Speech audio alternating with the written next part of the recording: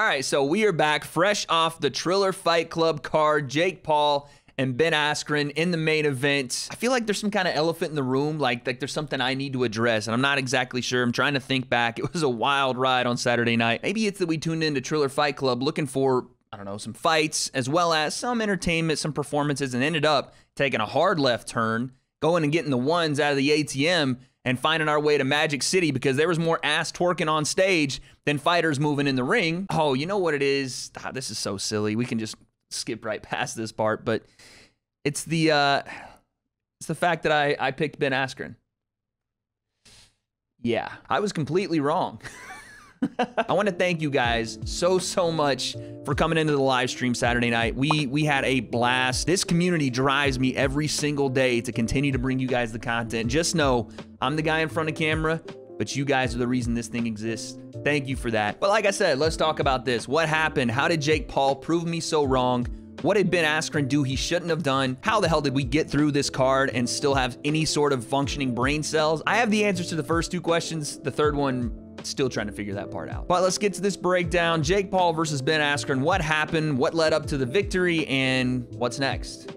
Let's go. So the first thing we have to do, like I've said this entire time, we have to give Jake Paul respect. This guy's put time, effort, and sacrifice into 3.5, maybe 4 years now of boxing training, and it is paying off in the way that him and his team have mapped out. They've not only done a good job of getting Jake to the point where he's legitimately holding his own now with trained fighters. Obviously, they're doing things to keep him in a lane that is going to keep him successful, and we're going to talk about that. But we have to acknowledge the fact that he got in there under the lights, under pressure, and he did what he was supposed to do. And so why did I pick Ben Askren, right? Why did I pick Ben to go in and stop the hype train that is the problem man-child? And I didn't even look at it as Ben proving Jake a phony or a fraud. I looked at it and I saw a Jake Paul who, as a pro, has never gone out of the first 3 rounds. I thought Ben was going to be able not only to avoid more shots, we said he's got to avoid shots early. He had to make Jake throw himself tired, right? Throw and throw and throw until the shoulders burn and he can't hold those arms. And then you can be a little bit more lax. And then you can be a little bit more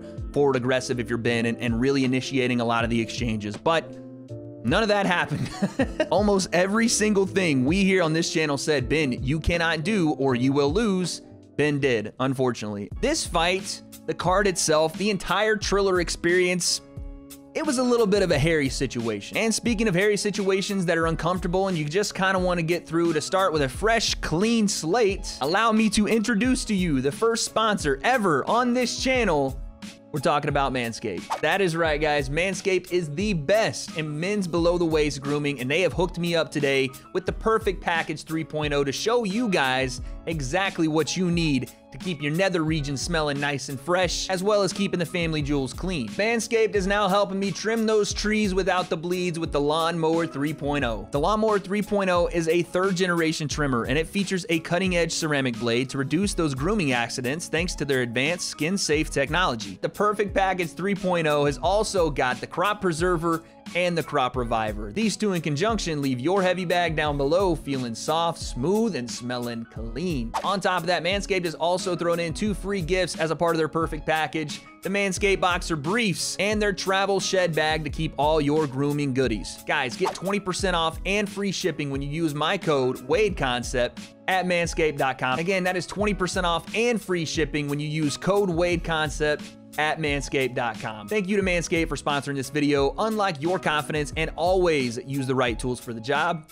with Manscaped. So let's talk about it. This fight was, I think, a minute and change. So the first round starts and both guys somewhat patient. Jake, as soon as the fight begins, he's going to start sticking that jab to you, especially in the body. It is something to get Ben's attention, to see where his hands are, to see how he reacts to it. But at the end of the day, he's setting up the big right hand. Ben sort of registers it, but again, more just trying to walk through it. Something that we said constantly here that Ben can't do is walk through punches. Avoiding punches early and making Jake throw more is the winning strategy for a guy like Ben Askren. You make a guy miss early, and you can handle some of those punches later on in the round. And yeah, we saw Ben run into the same old tropes that he continued to get himself into trouble with. Even in MMA, he would get caught with big shots doing this. He was chasing Jake. How many times on this channel do we say Ben cannot chase Jake around? If he does, Jake will knock him dead. There's one sequence in the fight where Ben starts, again, moving forward without any kind of head movement, just kind of galloping like a Clydesdale toward Jake with his lead hand framed out. Jake understands this. He's seen it before. He's seen it with Nate. He's seen it with Gib. He's seen guys pressure him forward, not really knowing what they want to do yet. And in the sequence, you see Ben trying to close the distance at Jake. Jake actually turned his back to Ben and just to get off the ropes, kind of ran away from him. Because again, he didn't feel any kind of threat from Ben. He didn't feel the threat of, if I turn on this guy, run, then reset up and throw the counter, he doesn't have the tools to make me pay for that. And that's the best way to summarize this fight, in my opinion, because Ben just did not have the tools to make Jake pay when he made mistakes. Because Jake made some mistakes here. He clearly overthrew. He was clearly loading up on shots. There are things that Ben, again, with a better skill set, with a better knowledge of what he was doing in there, could have given Jake problems with. So then we get to the ending sequence of the fight, and this was Jake culminating on the setup game that he had been playing from the opening bell, right? Jake had been popping the jab, and now the right hands were coming behind it. Not only to the body, but upstairs, right? We did see him throw a beautiful straight right hand to the body right before this. Again, set up off the jab. The feint from the jab, big right hand behind it. You saw him land a nice check left hook too as he was moving backward, as Ben kind of wandered into range. And because Jake saw what he wanted out of Ben's reactions, there was no more need to waste time. He was going for that knockout. Quick, fast, and in a hurry. Jake pops the jab right through the guard of Ben. Again, he's trying to catch punches in the middle of his face. He doesn't see the right hand coming behind it. You can see Jake's back foot comes off the ground. This is how much he was loading into that right hand. And as he gets clipped, Ben hits the canvas harder than a frustrated painter with a deadline. And to be fair, Ben gets straight back up to his feet. But as you watch him in that interaction with the referee as he's trying to get Ben to show him he's okay, to keep the fight going, there was nothing left there. At that point, the fight was over. I don't care if they let Ben go for another minute or two. He had showed me enough in that first round to say Jake was going to land another big-time right hand. And by the way, guys, I don't want to hear this rigged stuff. This was not rigged at all at any point. Jake Paul walked out in that ring against another man, against an MMA champion. Again, I know the semantics of it. We don't have to go over it again, but he got the job done. So with that being said, what did we learn from this fight? Ben didn't pick up the sport. Maybe he wasn't even trying to as quickly as he needed to beat a guy like Jake. The simple stuff, right? Being able to move his head, being able to break the habit of chasing that clinch, continuing to run around the ring, chasing Jake, and also to be able to threaten Jake with anything to stop a lot of that loading up with the shots, because Jake had no threat of any kind of big-time attack coming at him. He was throwing shots like he was trying to knock Ben's brain into a different stratosphere, and he had no fear of that happening to himself because Ben didn't show him any sort of resistance. And for Jake, I gotta be honest, man, the same questions we had about Jake going in, we still don't have the answers to. His gas tank, we still don't know.